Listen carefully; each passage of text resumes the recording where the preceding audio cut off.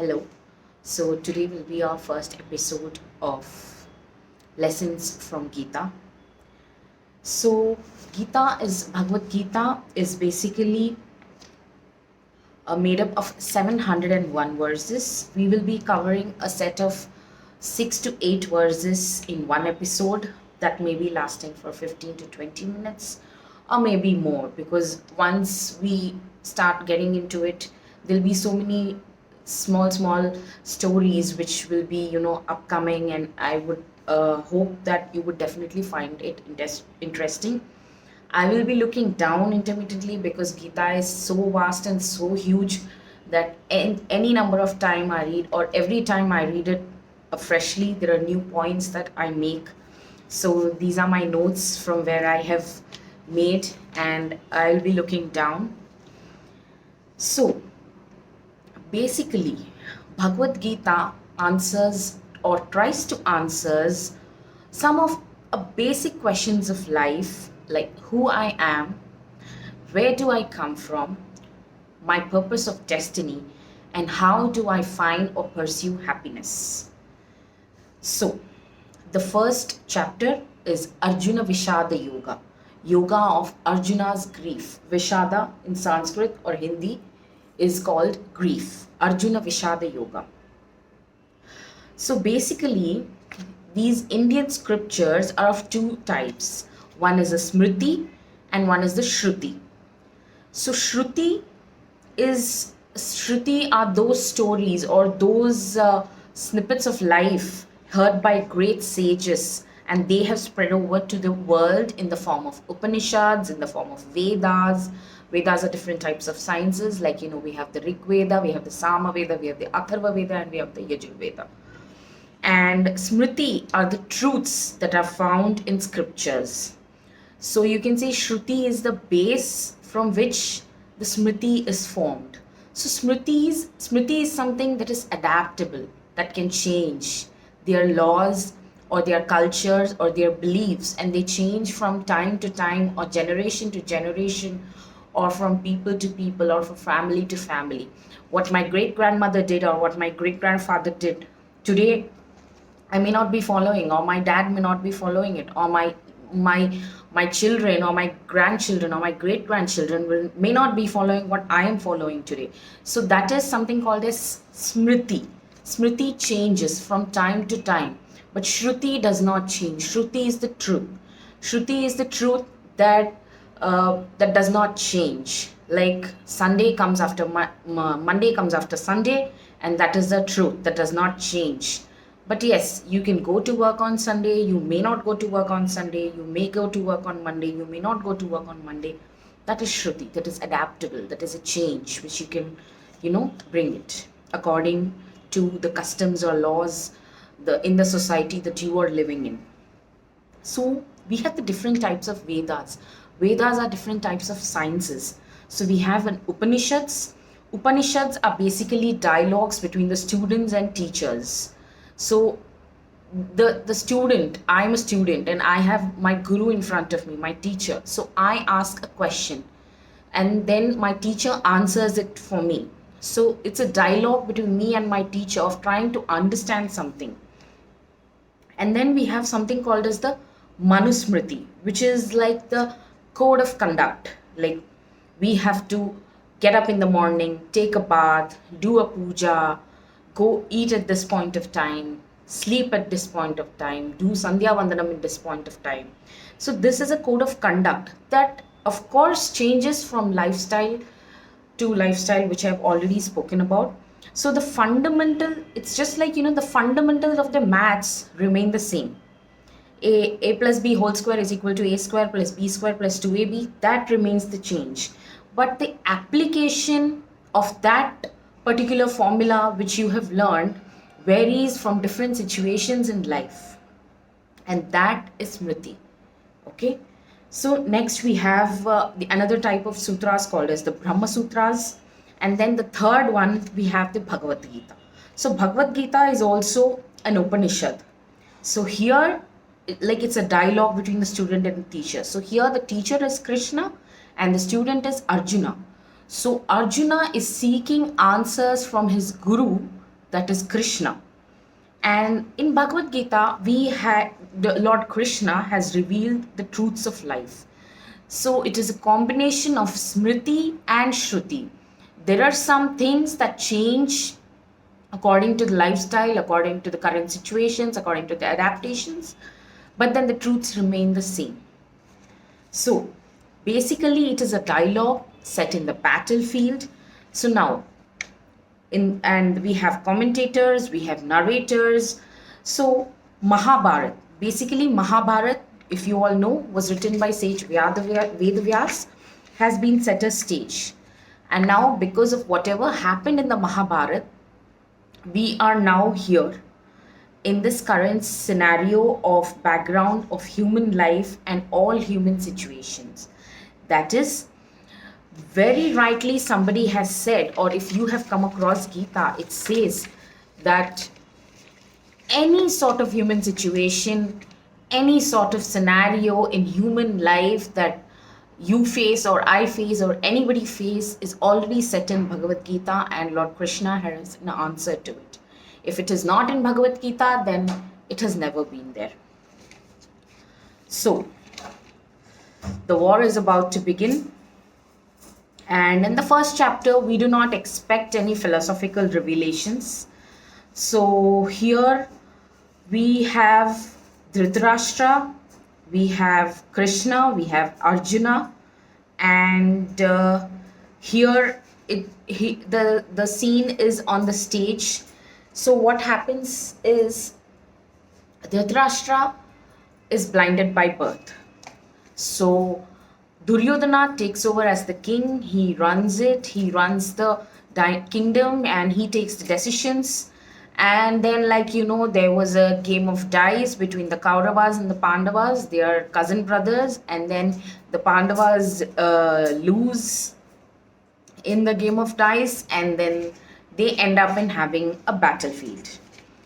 So basically, the Bhagavad Gita has 18 parvas, and 18 is a very magical number here, because the Bhagavad Gita has 18 parvas, and the war lasted for 18 days. We have 18 chapters in Bhagavad Gita. So basically, Sanjaya is like the counselor or the vice teller to Dhritarashtra, or let's say like his commentator, because Dhritarashtra cannot see. Lord Sanjaya is given the divine vision. He is blessed by the divine vision that wherever, even though he's at home or he's sitting in his place in the palace beside Dhritarashtra, he has the power to see what is happening in the battlefield in Kurukshetra, which is like kilometers away, and he reports every instant of every single event that has been happening on the Kurukshetra battlefield. So Dhritarashtra knew that he had a stronger army, and he also wanted to know what was going on in the battlefield. So we start off with the first verse, that is Dhritarashtra Uvacha. Whenever somebody speaks, we call it Uvacha. Dhritarashtra Uvacha. Dharma kshetre kurukshetre samaveta yuyutsavaha mamakaha pandavaha cha eva kimakurvata sanjayaha. So here Dhritarashtra says, at the battlefield. So Dharmakshetre Kurukshetre. He calls Kurukshetra as the Dharmakshetra, a field to exercise dharma. Now, what is dharma according to the current scenario? Your workplace is your dharma. So I'm a doctor. My workplace, my dharma is a hospital or the clinic. And as Kshatriya, their dharma is to fight. So Dharmakshetre Kurukshetre Samaveta Yuyutsavaha, on the battlefield, the field to exercise dharma, where all of them are assembled together, Mamakaha Pandavaha cha evam, my children and Pandu's children. So this is where the discrimination is started out by Dhritarashtra. He says, my mamakaha. Mamakaha is my children and Pandavaha cha. Pandu's children. Pandu is his younger brother who passes away early. Mamakaha Pandavaha cha evam. Kimakurvata Sanjayaha. He says, what is happening between my children and Pandu's children? You know, this is how we prioritize or we cut short our lives. Our lives are all around me, mine, my children, my kids, my family. So that is when you are, I is an island that is separated from the world. So you, whenever you are discriminating yourself from the rest of the others, you are separating from the world basically. So now the second verse. Dhristavatu Pandavanikam Vyuddham Duryodhanastada Acharyam Upasangamya Raja Vachanam Abravit. So this is what Sanjaya replies. Sanjayo Vacha. Dhristavasu Pandavanikam Vyuddham Duryodhanastada Acharyam Upasangamya Raja Vachanam Abravit. So meaning is that Duryodhana as the king has taken in charge. Having seen the military arrangement of the Pandavas, he approached Dronacharya. Dronacharya was the guru or the teacher of both the Pandavas and the Kauravas. But for this battle, he decides to stand on behalf of the Kauravas to fight the battle against the Pandavas. So he is fighting against his own students. And then he approached Drona. Drona is known for the art of warfare. He was a teacher and Arjuna is his favorite student. So he comes and he says, look at the army formation. He was worried. He was insecure because the Kauravas had a great bigger army. They had 18 Akshaunis. They had 11 Akshaunis. So one Akshauni is almost consisting of 4 million people. So in one Akshauni, we have 21,870 chariots, 21,870 elephants, 3 times 21,870 number of horses, and 5 times 21,870 foot soldiers. So that is nearly 4 million people. This is one Akshauni. And Kauravas had 11 Akshaunis and Pandavas had 7 Akshaunis. So 11 plus 7 is again the magic number, 18. So though he had a huge larger army, he had a great Athirathis like Drona, Bhishma, Kaurava, Karna. These are all Athirathis. Athirathis is they can take over 600 archers. They can face 600 archers at once. And then they have Athi Maharathi.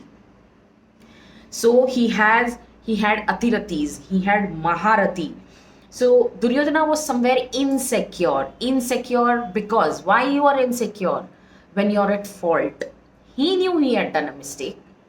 And that is why, though he had a huge army, though he had great number of warriors supporting him, he had the best of them. He had Bhishma, he had Drona, he had Karna, but still he was insecure, and that insecurity was showing on his face because he knew Drona had a soft spot for Arjuna. Arjuna was Drona's favorite student. So he says, Pasyaitam Panduputranam Acharya Mahitim Chanum Vyudham Drupadaputrena Tavasisyena Dhimataha. So this means you are the teacher of both Pandus and Drupad's son, Drishtadyumna. The name of the son of Drupad is Drishtadyumna. Drupad is again Draupadi's father, who arranged the military formation after learning from you. So they have learned from you. Pandu's children and Drupad's children, they are your own students and they have arranged the military formation learning from you. and they're also your favorite students. So indirectly he says, please do not be he's a king actually. So he's trying to show diplomacy, he's trying to show his diplomacy, and praising him, as well as trying to point him that not to show any leniency, or not to show any partiality, or not to compromise on fighting against them. And then he says, Atra Sura Maheswasa Bhima Arjuna Samayuti Yuyudhano Viratascha Drupadascha Maharataha. So, analogy of what happens in life. In the mind, the mind, we have the wicked part of the mind and the good part of the mind. So, the wicked part are like the Kauravas, and the good part are like the Pandavas.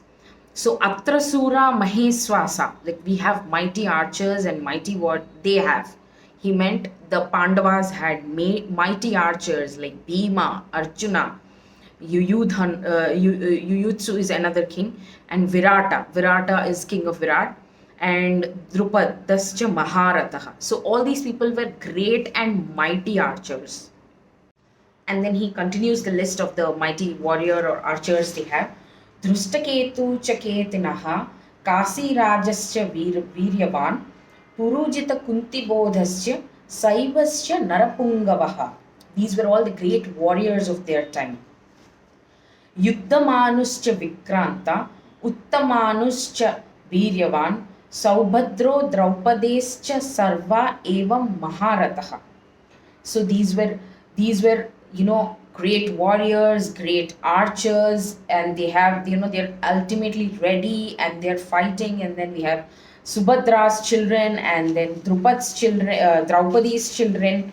All of them are very eager, and they're very ready to fight. So see, basically, this is all, Duryodhana's insecurity. He's trying to point out, he's trying to tell that they have such great warriors. He's trying to tell that look at their military formation. He's trying to point out, and see, it is like, different people react to the same situation in different ways. So if I see a tiger, I may be scared. I may be, peeing in my pants and probably running away. And then there is somebody else who's more courageous, who may face the tiger, who may look into the eyes. So the same situation given to a person, to 10 different person, we have 10 different reactions, and all of those 10 different reactions are clearly mentioned in Bhagavad Gita. So that is why they say that every situation or every scenario in life is already mentioned in Bhagavad Gita. If it is not there in Bhagavad Gita, then you cannot find such situation anywhere else. So let's stop here today, and then we will resume with the second episode in the coming week. Thank you. Please pour in your comments, please pour in your opinions, and please also like and subscribe my YouTube channel, where I'll be also posting this video. Thank you very much.